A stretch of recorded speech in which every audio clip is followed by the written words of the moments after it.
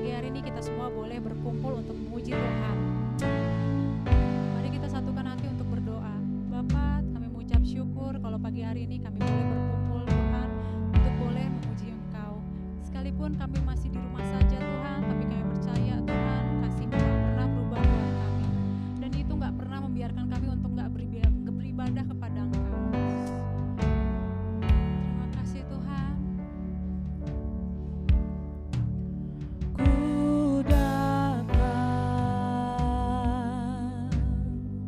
Sujud di hadir-Mu,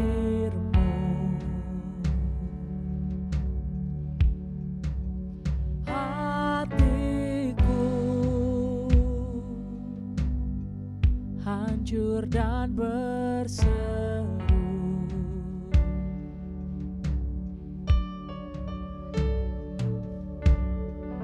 dengan segenap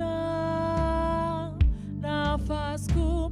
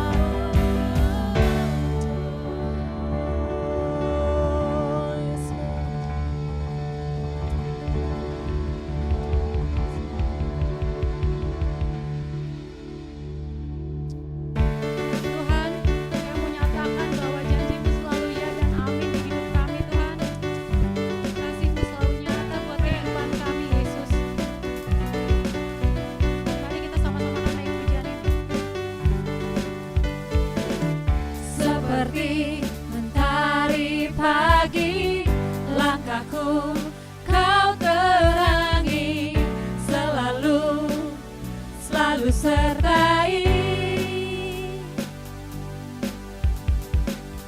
Janjimu ya dan amin, terbukti kau genapi, teguhkan setiap hati. Mari katakan Yesus. Yesus, padamu ku bersandar, janjimu yang setia sampai selamanya. Mari kita bersorak-sorai buat Tuhan kita.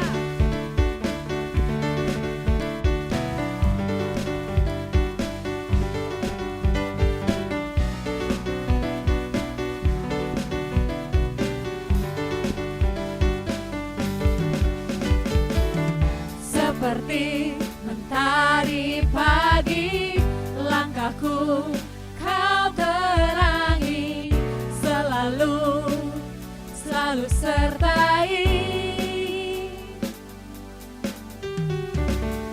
Janjimu ya dan amin, terbukti kau genapi, teguhkan setiap hati.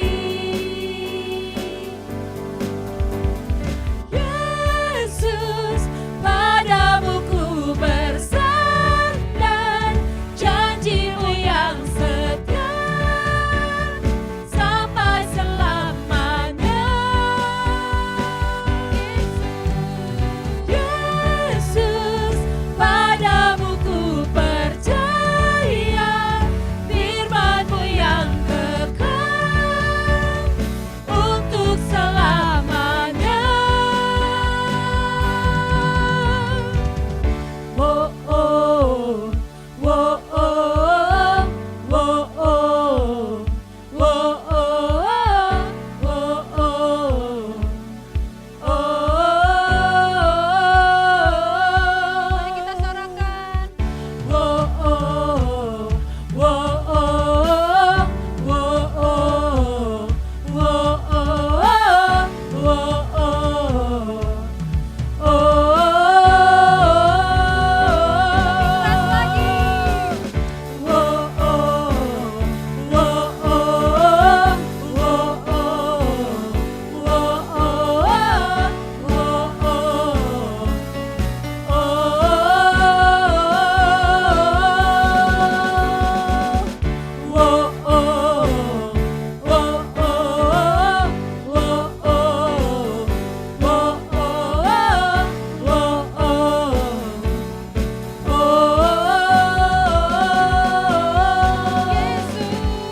Yesus, padamu ku bersandar, janjimu yang setia sampai selamanya.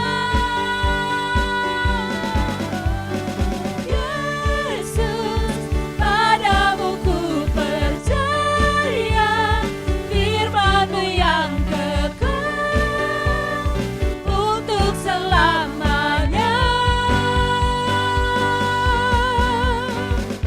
Oh oh, oh oh, oh oh,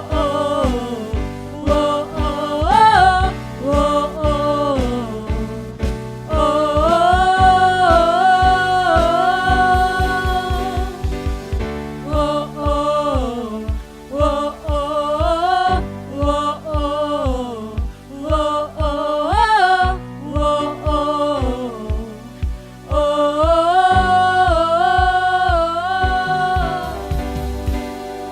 Mari kita bersorak-sorai buat Tuhan kita.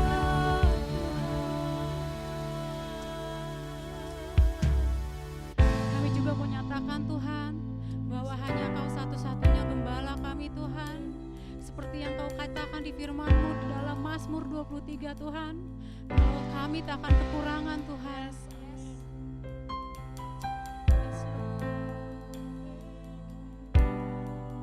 We worship you, Lord.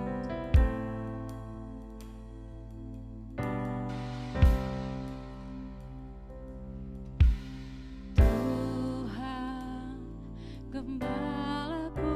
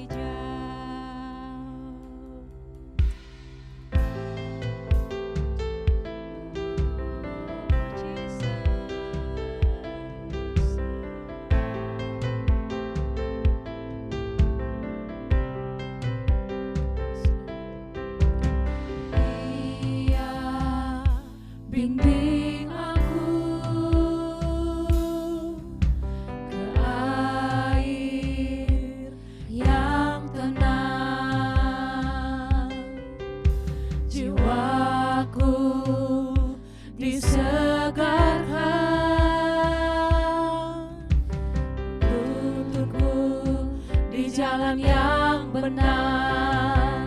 Sekalipun aku di lembah kelam, aku tidak takut kan bahaya.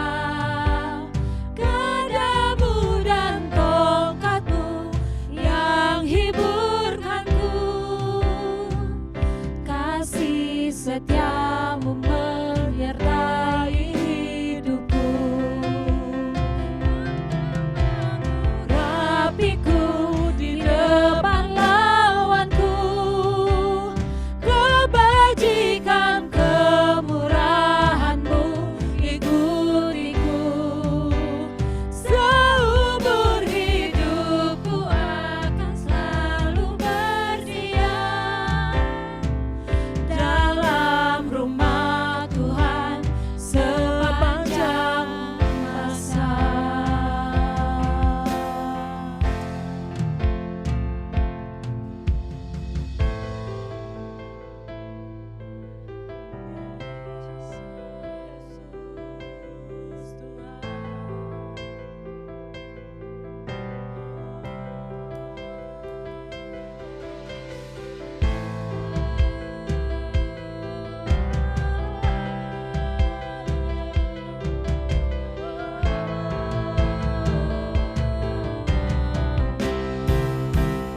Sekalipun aku di lembah kelam, aku tidak takut kan bahaya. Gadamu dan tongkatmu yang hiburkanku, kasih setiamu menyertai hidupku. Engkau mengurapiku di depan lawanku, kebajikan kemurahanmu ikutiku. Seumur hidupku akan selalu berdiam dalam rumah Tuhan sepanjang masa.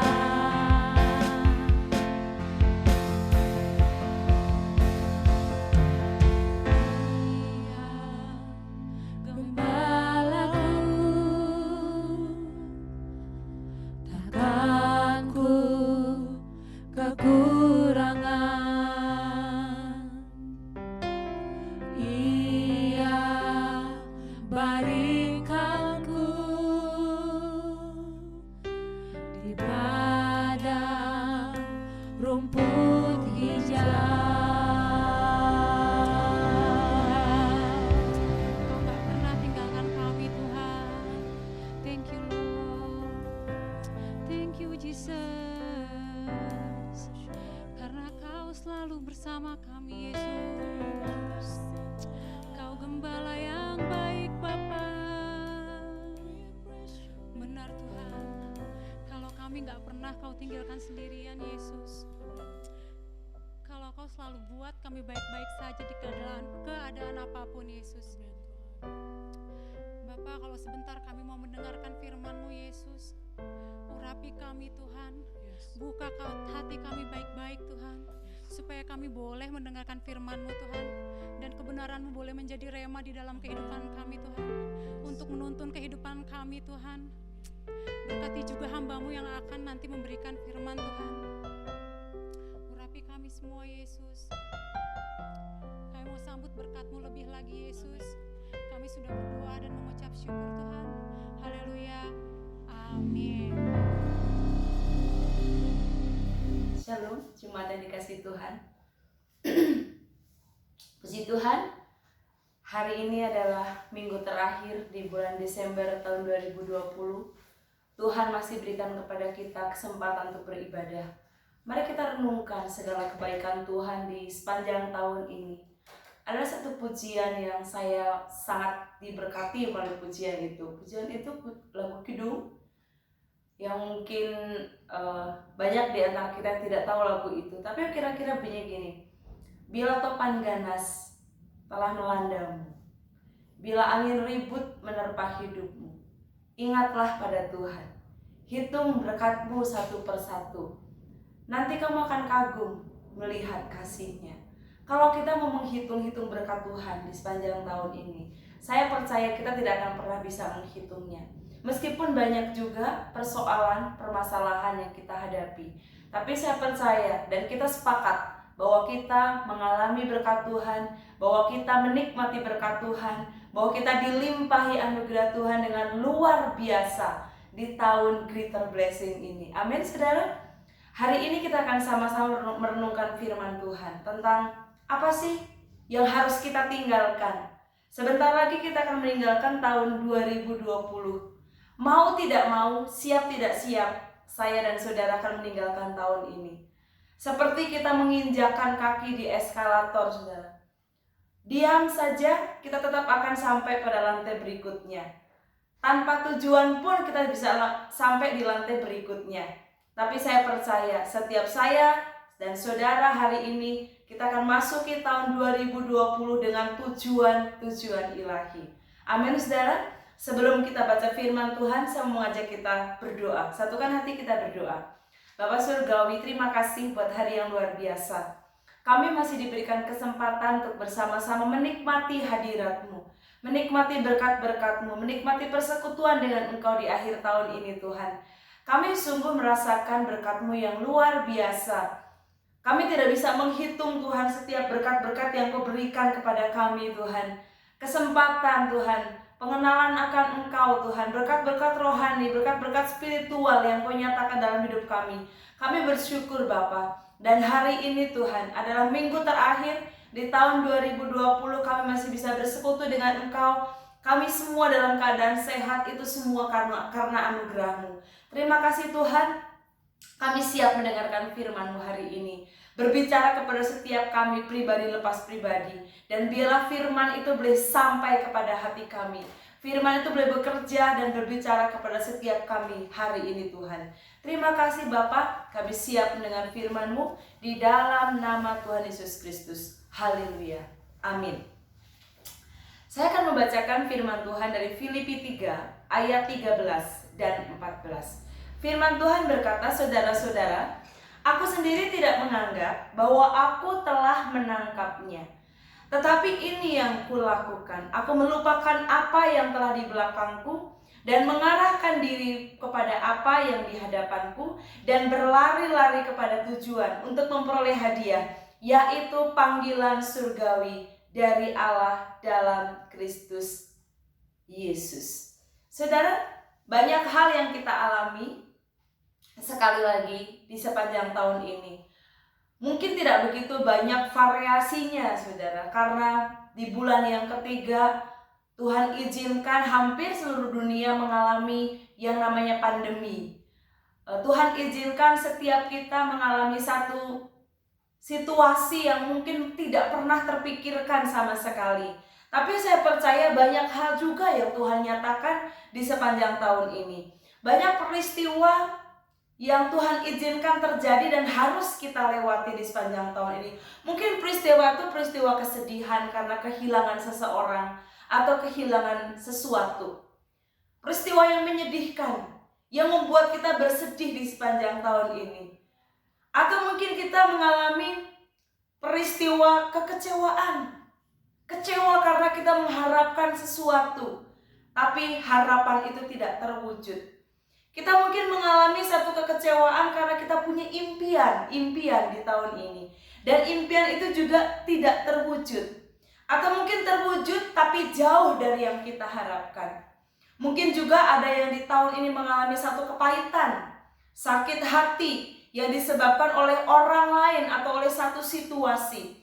Dan hal-hal ini bahaya kalau kita tidak selesaikan, kalau kita tidak tinggalkan di tahun ini, saudara. Mungkin ada yang mengalami kekhawatiran dan ketakutan sehubungan dengan banyaknya orang-orang di sekeliling kita yang terpapar COVID. Atau mungkin kita khawatir mengalami ketakutan di sepanjang tahun ini. Kapan semuanya akan berlalu? Mungkin kita juga mengalami kebahagiaan. Dan saya percaya semua itu Tuhan izinkan Dan Tuhan punya satu tujuan supaya kita semakin mengenal Dia. Hari ini saudara, kita akan sama-sama belajar hal-hal apa saja sih yang harus kita tinggalkan untuk kita memasuki tahun yang baru. Hal-hal yang gak perlu kita bawa-bawa untuk kita masuk ke dalam tahun yang baru. Saya percaya di tahun yang baru nanti Tuhan sediakan banyak sekali hal-hal yang luar biasa, yang lebih dahsyat, yang lebih luar biasa, yang lebih menggairahkan hidup kita dibanding mungkin di tahun ini. Firman Tuhan hari ini berkata, Rasul Paulus berkata, saudara-saudara, aku sendiri tidak menganggap. Paulus itu berkata bahwa aku tuh tidak menganggap bahwa aku telah menangkapnya. Menangkap apa saudara? Kalau kita baca di ayat sebelumnya, ayat yang ke-10 dikatakan, yang ku kehendaki ialah mengenal Dia dan kuasa kebangkitannya dan persekutuan dalam kematiannya, di mana aku menjadi serupa dengan kematiannya. Nah, di ayat ini Paulus mengatakan bahwa dia menghendaki supaya kita mengenal Dia, mengenal Tuhan, mengenal Yesus, mengenal Bapa yang kita sembah. Nah, saudara, beberapa minggu yang lalu saya menyampaikan renungan firman Tuhan tentang seberapa jauh sih kita tuh mengenal Dia, seberapa dalam sih kita mengenal Dia.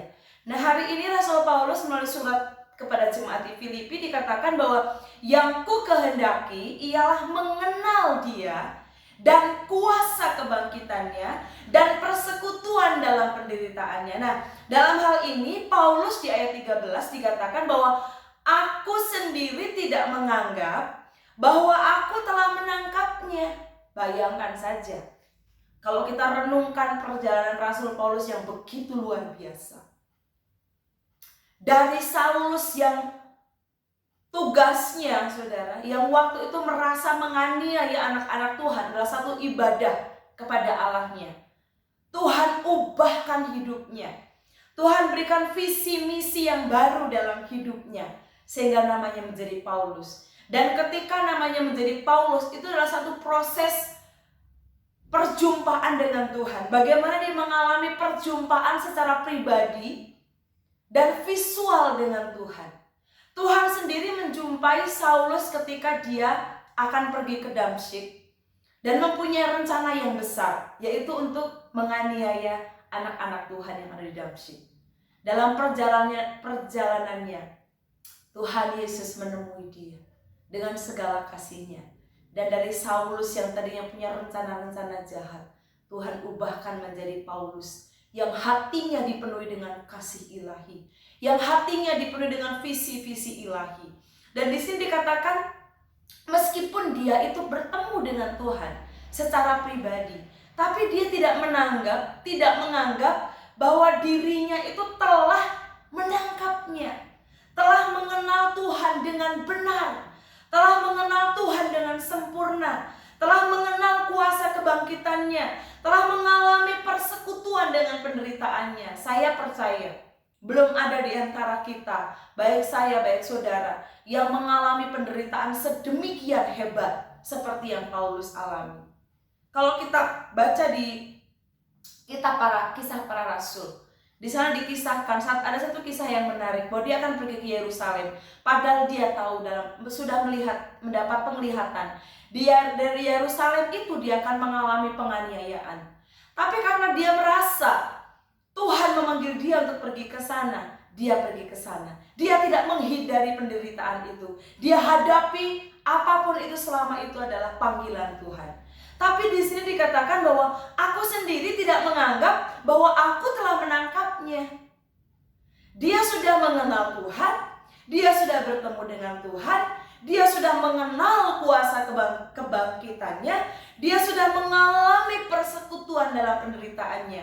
Tapi di ayat 13 dikatakan, saudara-saudara, aku sendiri tidak menganggap bahwa aku telah menangkapnya. Ternyata saudara, pengenalan dengan Tuhan itu proses seumur hidup sampai kita dipanggil oleh Tuhan. Selama kita hidup dalam dunia ini, selama itu juga kita harus bertumbuh dalam pengenalan akan Tuhan. Masalah yang kita hadapi harusnya membawa kita semakin mengenal Tuhan. Berkat-berkat yang kita terima dari Tuhan harusnya membawa kita semakin mengenal Tuhan. Pergumulan-pergumulan yang kita hadapi harusnya membawa kita untuk semakin mengenal kebaikan Tuhan dalam hidup kita. Dan di sini dikatakan ayat yang selanjutnya, tetapi ini yang kulakukan, aku melupakan apa yang telah di belakangku dan mengarahkan diri kepada apa yang di hadapanku. Ini adalah poinnya, saudara. Ini yang aku lakukan. Dia berkata, aku melupakan apa yang di belakangku. Saudara, siapa sih Rasul Paulus ini sebelum menjadi Paulus? Dia seorang yang hebat, seorang yang terpelajar, seorang yang taat kepada hukum Taurat. Dikatakan tentang hukum Taurat, aku tidak bercacat. Dia adalah orang yang taat, patuh kepada hukum Taurat. Dia adalah seorang yang taat kepada agamanya. Dia disegani, dia juga orang yang terpandang. Tapi dikatakan di sini, aku melupakan apa yang telah di belakangku. Semua itu dia lupakan. Dan mengarahkan diri kepada apa yang ada di hadapanku. Seperti tadi saya katakan, mungkin di sepanjang tahun ini kita mengalami kesedihan, kita mengalami kekecewaan, kita mengalami kepahitan, tapi kita juga mungkin mengalami kebahagiaan karena keberhasilan-keberhasilan. Semua itu sudah berlalu, semua itu ada di belakang kita. Dan Rasul Paulus menasihatkan, aku melupakan apa yang telah di belakangku. Kemudian, dan mengarahkan diri kepada apa yang ada di hadapanku. Saudara, pandemi ini bukan berarti kita berhenti bermimpi. Saya percaya Tuhan masih akan memberikan berkat-berkat yang luar biasa di tahun depan. Penting buat kita kembali duduk diam di beberapa hari ke depan ini. Ini tanggal hari terakhir di minggu terakhir. Beberapa hari lagi kita akan akhiri tahun ini. Mari kita banyak merenung, mari kita berdiam di hadirat Tuhan. Minta kepada Tuhan, Tuhan, hal-hal apa saja yang perlu saya lakukan, hal-hal apa saja yang perlu saya kerjakan untuk perkembangan, untuk pertumbuhan spiritual saya, untuk karir saya, untuk pendidikan saya, untuk keluarga saya. Ayo saudara-saudara, di akhir tahun 2020 ini kita diam, ambil waktu, kita tulis beberapa impian, kerinduan, harapan kita kepada Tuhan. Kita minta kepada Tuhan, Tuhan sendiri yang biarlah yang menaruh visi itu di dalam hati kita. Dan kita akan tulis, lupakan semua hal-hal yang mungkin menyedihkan, mengecewakan, membuat kita sakit di sepanjang tahun ini. Seperti Paulus mengatakan, aku melupakan semua yang ada di belakangku. Mari kita arahkan diri kita kepada apa yang ada di hadapan kita. Tema tahun depan kita adalah Greater Destiny. Saya percaya melalui tema ini Tuhan akan menyampaikan banyak perkara, banyak hal yang ajaib, akan banyak penyingkapan-penyingkapan, akan banyak hal-hal yang tidak terduga akan Tuhan berikan dalam hidup kita. Dan mari kita lupakan dulu semua yang ada di belakang. Tinggalkan semua yang tidak kita perlukan, yang tidak harus kita bawa di belakang kita, nggak perlu kita bawa. Kita mulai mengarahkan diri, kita berlari-lari kepada tujuan, kita berlari-lari kepada tujuan untuk memperoleh hadiah. Ayat 14 dikatakan, dan berlari-lari kepada tujuan untuk memperoleh hadiah, yaitu panggilan surgawi di dalam Allah dalam Kristus Yesus. Saudara, setiap kita, berapapun usia kita, seperti apapun keadaan kesehatan kita, pada akhirnya setiap kita ditetapkan untuk meninggalkan tubuh ini. Berapapun usianya. Pernah saya mengatakan bahwa untuk mati, untuk meninggal, gak perlu tua dan gak perlu sakit.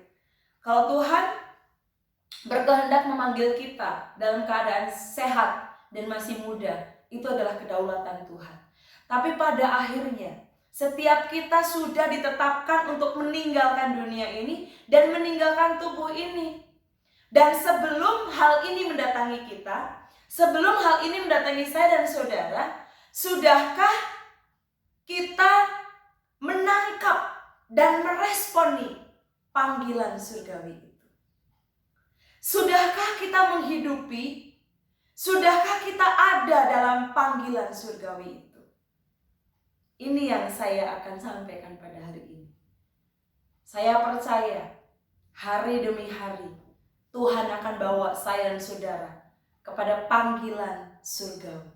Peneguhan demi peneguhan Tuhan akan nyatakan dalam hidup kita.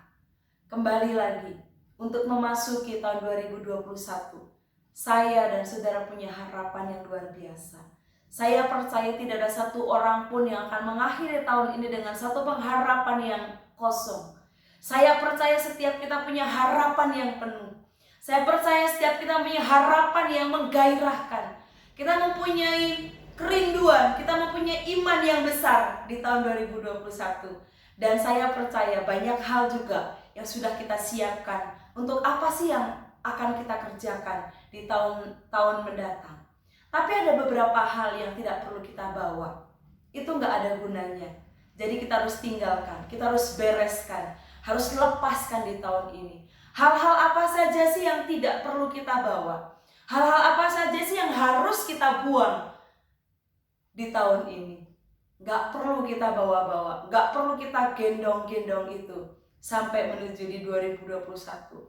Yang pertama yang perlu kita buang, yang perlu kita tinggalkan adalah kekhawatiran. Saudara, kalau kita baca di Matius pasal 6,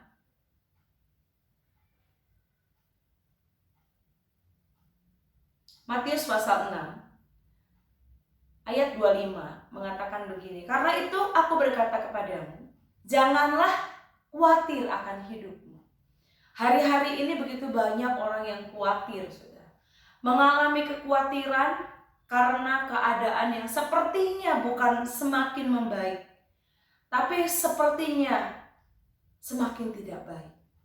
Sehingga atas dasar hal ini timbullah kekhawatiran.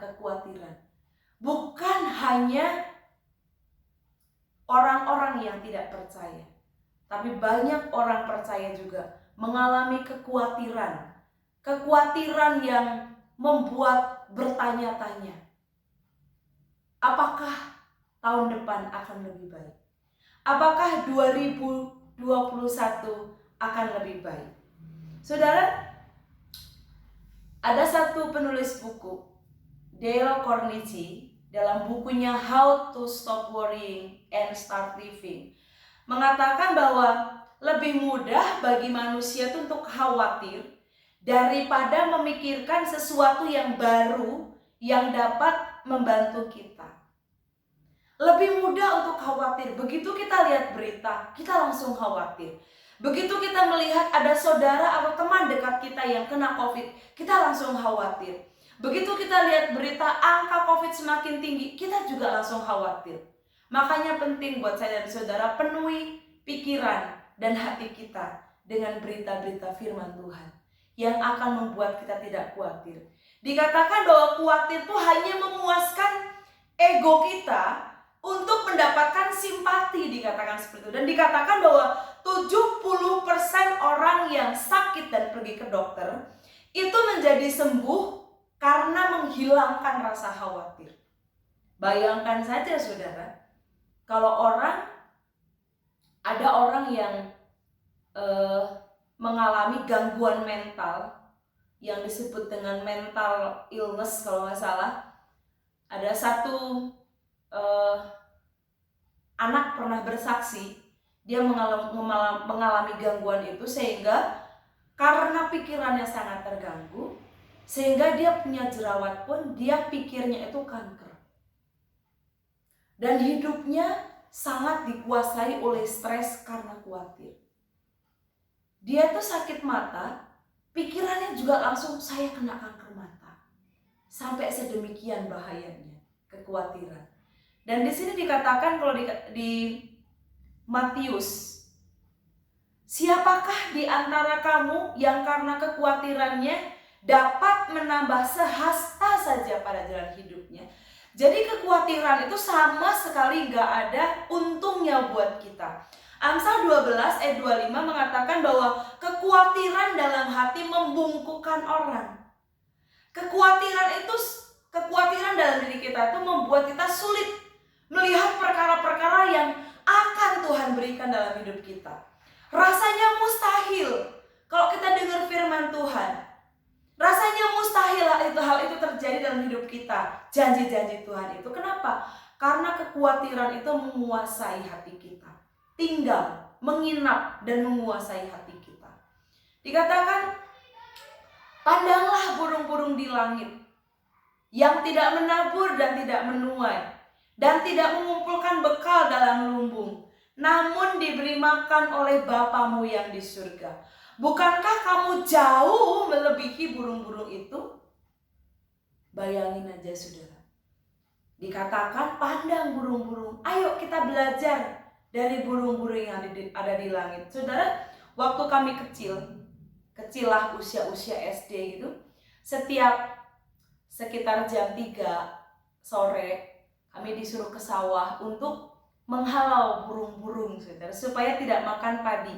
Padi-padi yang sedang mulai menunduk itu adalah makanan yang enak buat burung-burung karena rasanya agak manis. Dan nanti jam sekitar 5:30 kami pulang karena burung-burung pun beristirahat. Dan besok pagi sebelum matahari terbit, kami harus ke sawah lagi untuk menghalau burung-burung itu.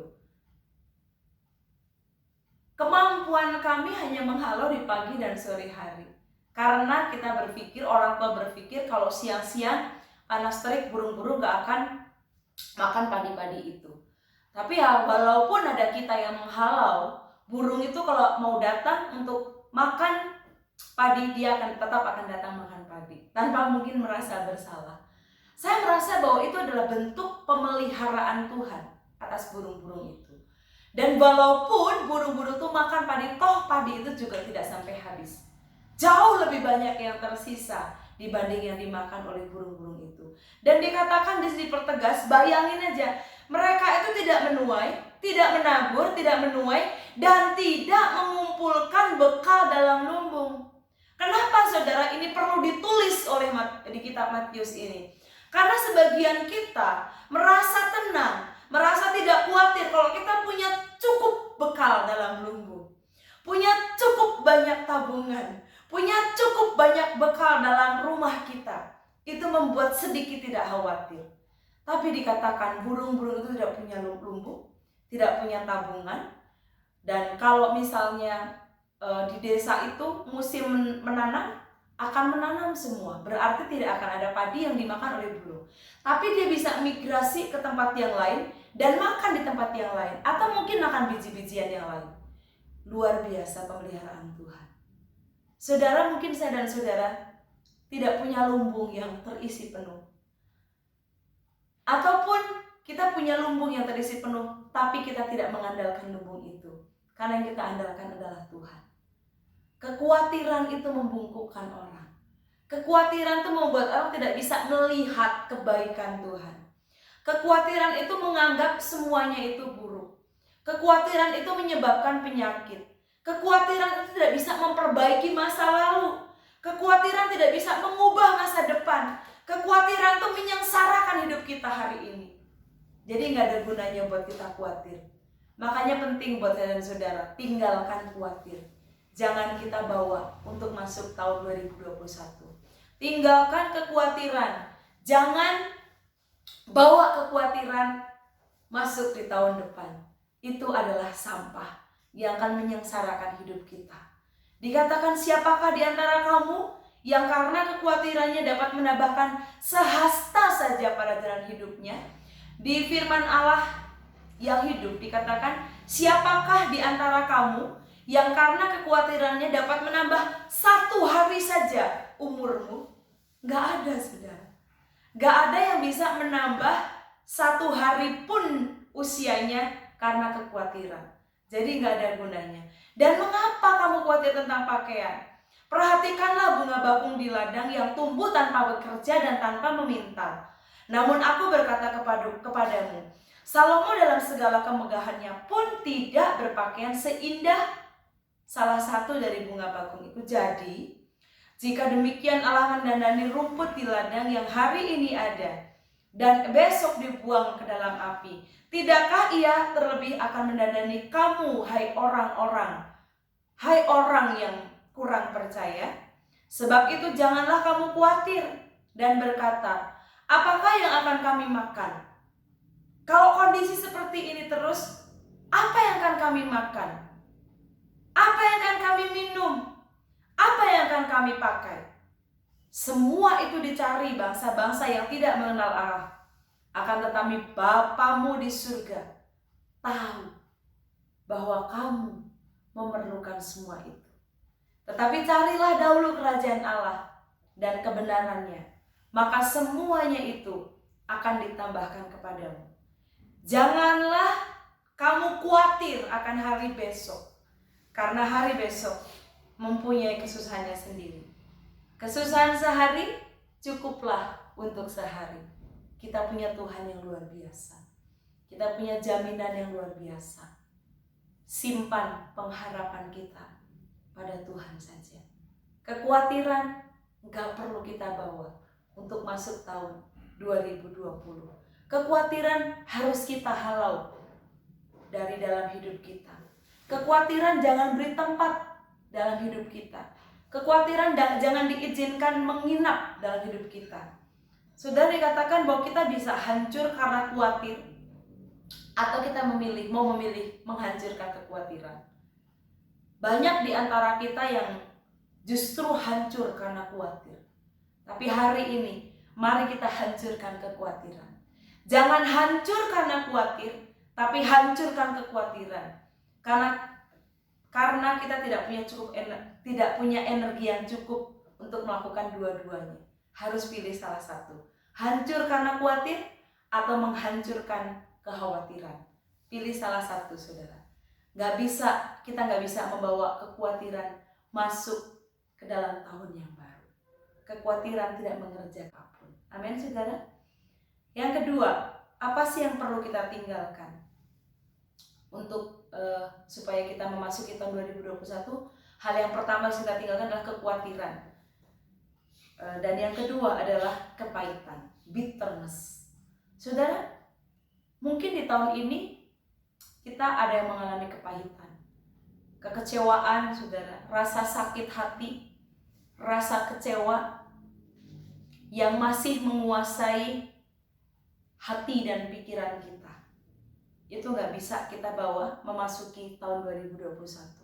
Kalau kita ingin hidup dalam berkat-berkat Tuhan, ingin hidup dalam janji-janji Tuhan, mari kita tinggalkan yang pertama kekhawatiran, dan yang kedua kepahitan. Efesus 4 ayat 31 mengatakan segala kepahitan. Ini ada di yang paling pertama. Kepahitan itu menghasilkan kegeraman, kemarahan, pertikaian, yang dasarnya adalah kepahitan. Segala kepahitan, kegeraman, kemarahan, pertikaian, dan fitnah hendaklah dibuang di antara kamu. Demikianlah pula segala kejahatan. Tetapi hendaklah kamu ramah seorang terhadap yang lain, penuh kasih mesra dan saling mengampuni, sebagaimana Allah di dalam Kristus telah mengampuni kamu. Kalau dalam tahun ini ada di antara kita yang mengalami kepahitan karena seseorang atau karena satu situasi, belum terlambat, saudara. Mari hari ini lepaskan pengampunan. Kepahitan itu menyengsarakan hidup kita. Kepahitan itu adalah racun yang mematikan hidup kita. Gak ada untungnya sama sekali buat kita menyimpan kepahitan. Ada seorang nenek yang usianya 92 tahun. Dikatakan bahwa selama 50 tahun, nenek ini berulang kali menceritakan bagaimana kakaknya dahulu tidak memberi uang yang dia butuhkan untuk membeli sepasang sepatu. Hal ini membuat nenek ini sangat kecewa. Kekecewaan itu dibiarkan. Kekecewaan itu dipelihara, diceritakan berulang-ulang, sehingga kepahitan itu semakin mengakar di dalam hidupnya. Sehingga waktu nenek ini berusia 92 tahun, ternyata nenek ini sudah 50 tahun menceritakan berulang-ulang kisah yang sama. Mungkin masalahnya sangat sederhana. Berapa sih nilai sepasang sepatu? Tapi mungkin pada masa itu buat nenek ini adalah satu peristiwa yang sangat mengecewakan, yang membuat dia sangat sakit hati. Jadi saudara, kepahitan itu mempunyai kekuatan yang mengakar dalam diri kita. Kalau kita tidak segera menyelesaikan. Mungkin dimulai dari hal yang kecil. Tapi kalau kita terus-menerus mengulanginya, mengingatnya dalam pikiran kita, maka hal tersebut akan membuat luka semakin dalam di dalam hati kita. Dan kemudian kita meminta dukungan kepada orang-orang yang di sekitar. Kemudian kita mencari pembenaran dari orang-orang yang mendengarkan cerita kita. Saudara, ini bahaya.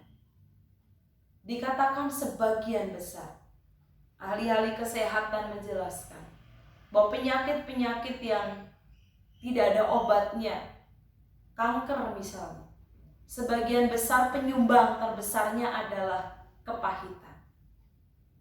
Di pelajaran SPOP, beberapa kita yang pernah mengikuti pelajaran itu, dikatakan bahwa kepahitan yang begitu dalam itu bisa menyumbat aliran-aliran darah dalam tubuh kita.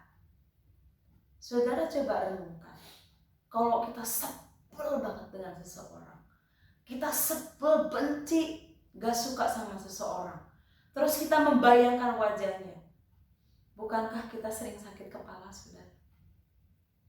Kalau kita kesal sekali ingat ulahnya, pasti kita sakit kepala. Ada sel-sel yang tersumbat karena kepahitan menguasai diri kita. Ini gak bisa kita bawa memasuki tahun 2021. Kalau kita mau menghidupi janji-janji Tuhan, kepahitan ini harus kita buang. Kepahitan ini hanya akan menghancurkan saya dan saudara. Kepahitan ini akan terus bertumbuh, berakar, sehingga ketika kita membiarkan itu terus berakar, akan semakin sakit ketika hal itu dicabutnya.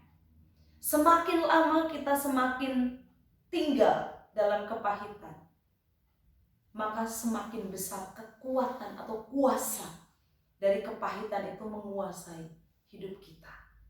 Mari hari ini kita akui, kita jujur di hadapan Tuhan. Kalau di sepanjang tahun ini atau mungkin di tahun-tahun lalu, kita masih menyimpan kepahitan dengan saudara kita, hari ini kita perlu membereskan. Kita minta belas kasihan Tuhan tercurah atas kita.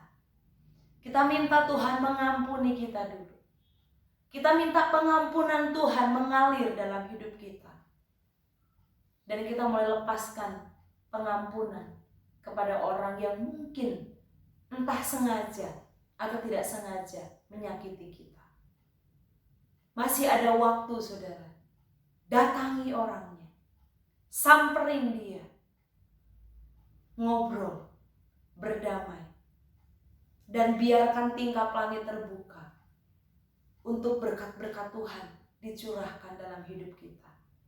Kepahitan itu tidak akan ada gunanya sama sekali. Kepahitan itu akan menghancurkan bukan hanya masa sekarang, tapi bahkan kepada keturunan-keturunan kita. Begitu banyak orang-orang yang sudah di usia-usia lanjut, begitu sulitnya melepaskan pengampunan karena kepahitan yang sudah tertanam berpuluh-puluh tahun. Setiap kali ngobrol pasti akan membahas hal itu. Saya dan saudara mempunyai anugerah Tuhan yang cukup. Mari kita pakai hari ini, waktu-waktu ini untuk mengingat-ingat lepaskan pengampunan, lepaskan berkat kepada orang-orang yang mungkin pernah menyakiti saudara, pernah menyakiti saya, atau pernah menyinggung. Mungkin orang itu tidak tahu kalau saya dan saudara kepahitan terhadap orang itu. Mungkin dia tidak merasa bahwa dia pernah melakukan hal yang tidak enak kepada saya dan saudara.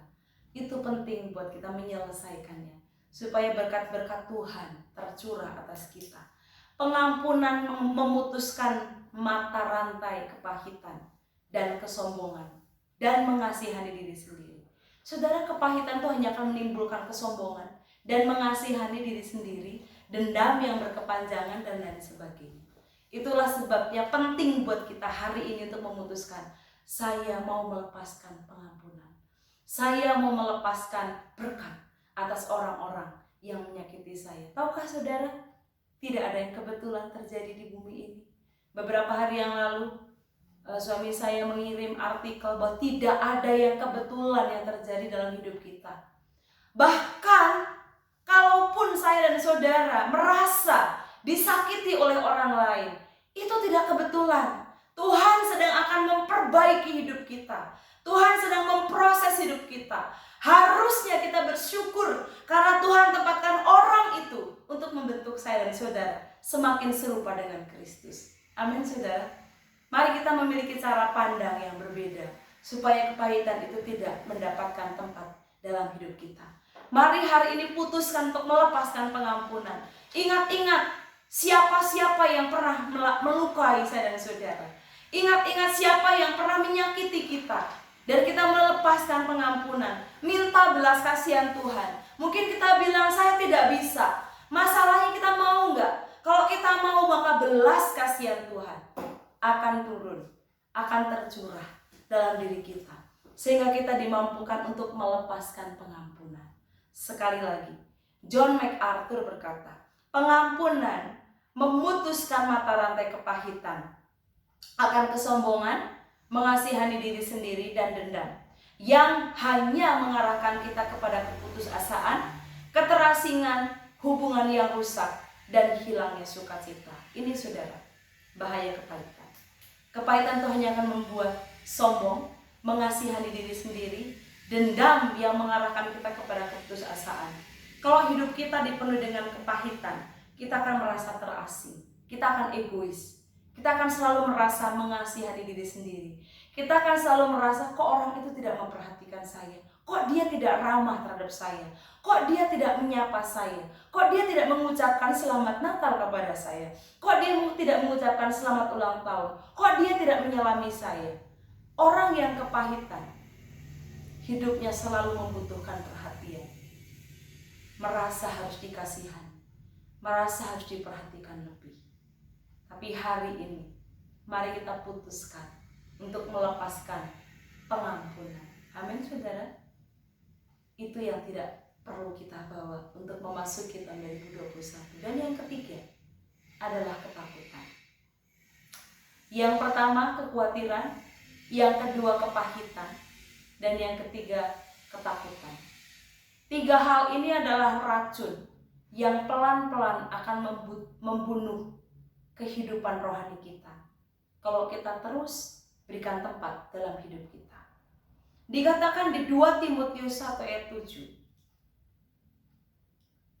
2 Timotius pasal 1 ayat 7 berkata,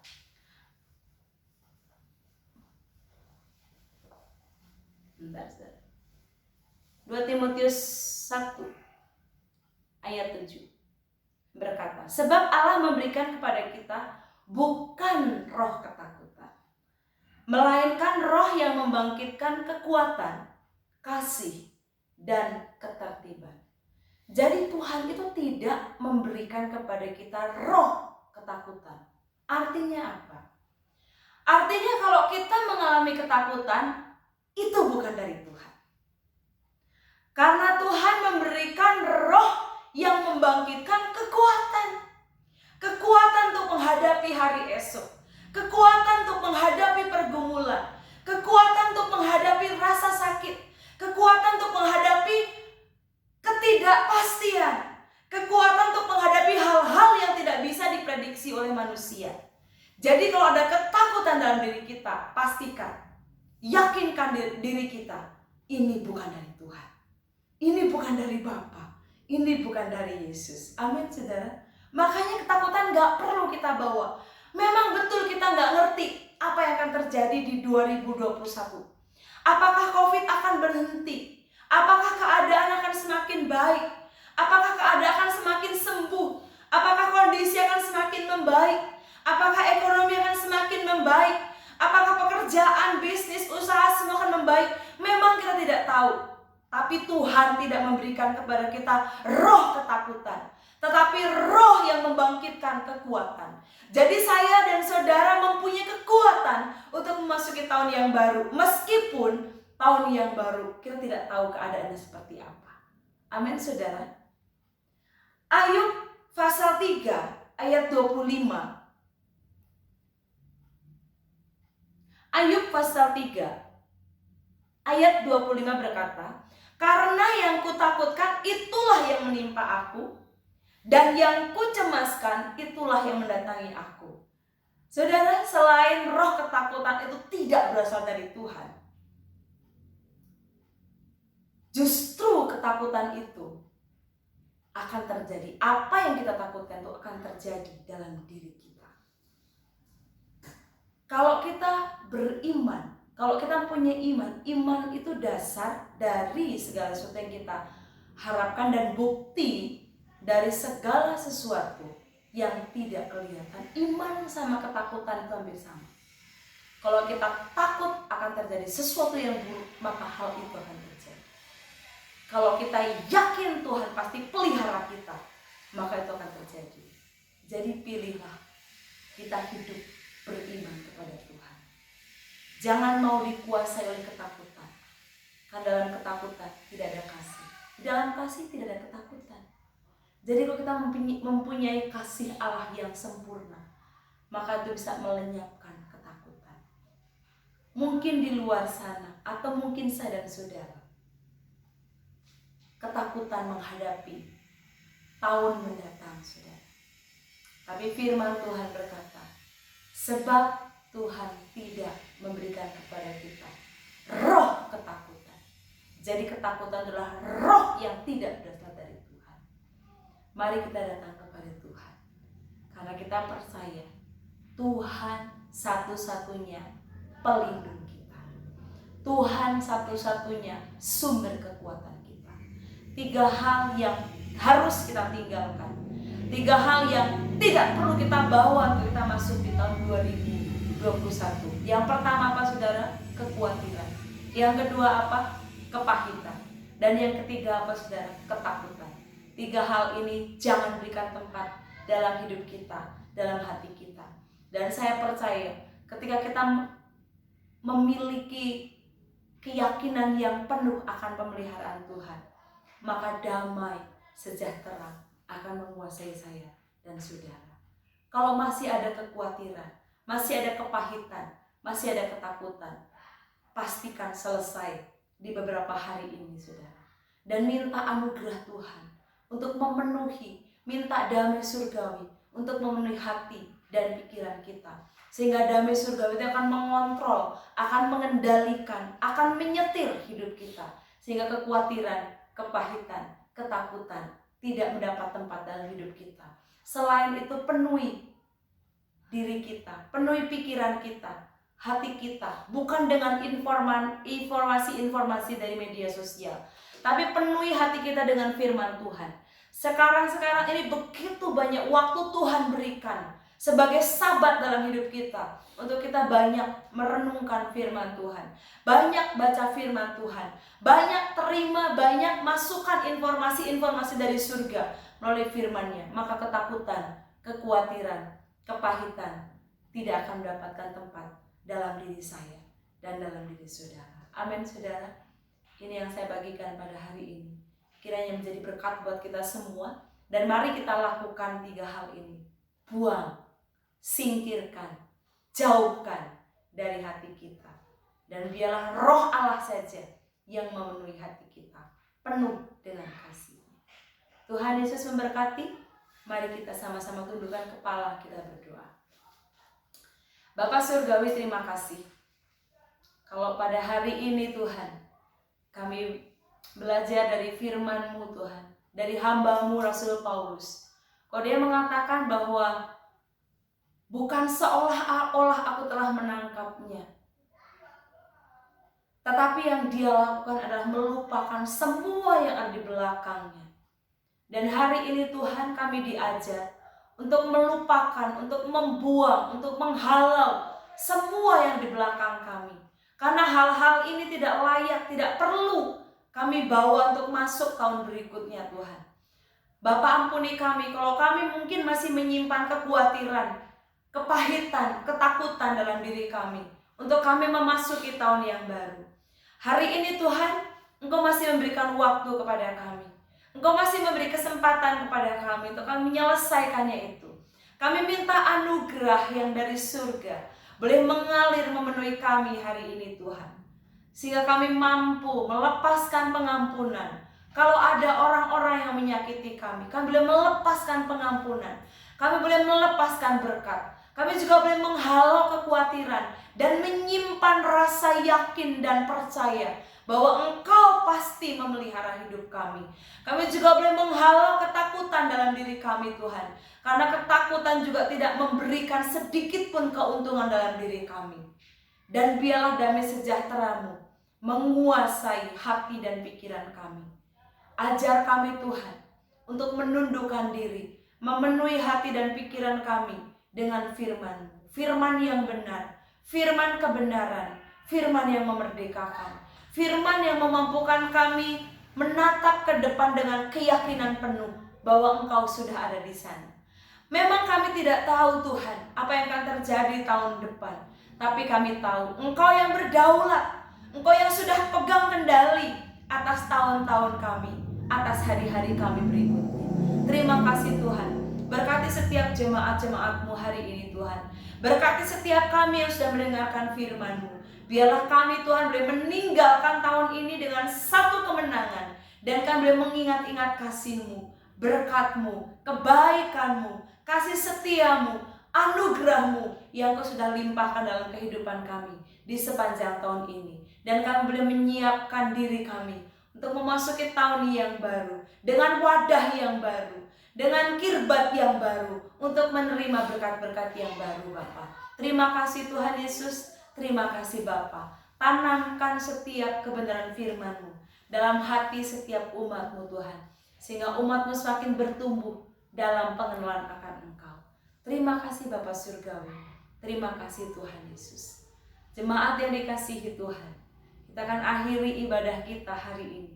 Mari kita angkat kedua tangan kita, dengan iman kita akan terima berkat Tuhan. Anugerah dari Allah Bapa, kasih karunia dari Tuhan Yesus, persekutuan dari Roh Kudus menjadi bagian kita hari ini sampai Tuhan Yesus datang yang kedua kali. Yang sudah terima berkat Tuhan, mari sama-sama kita katakan amin.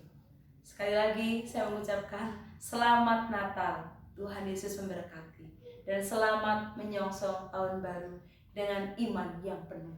Tuhan Yesus memberkati. Shalom.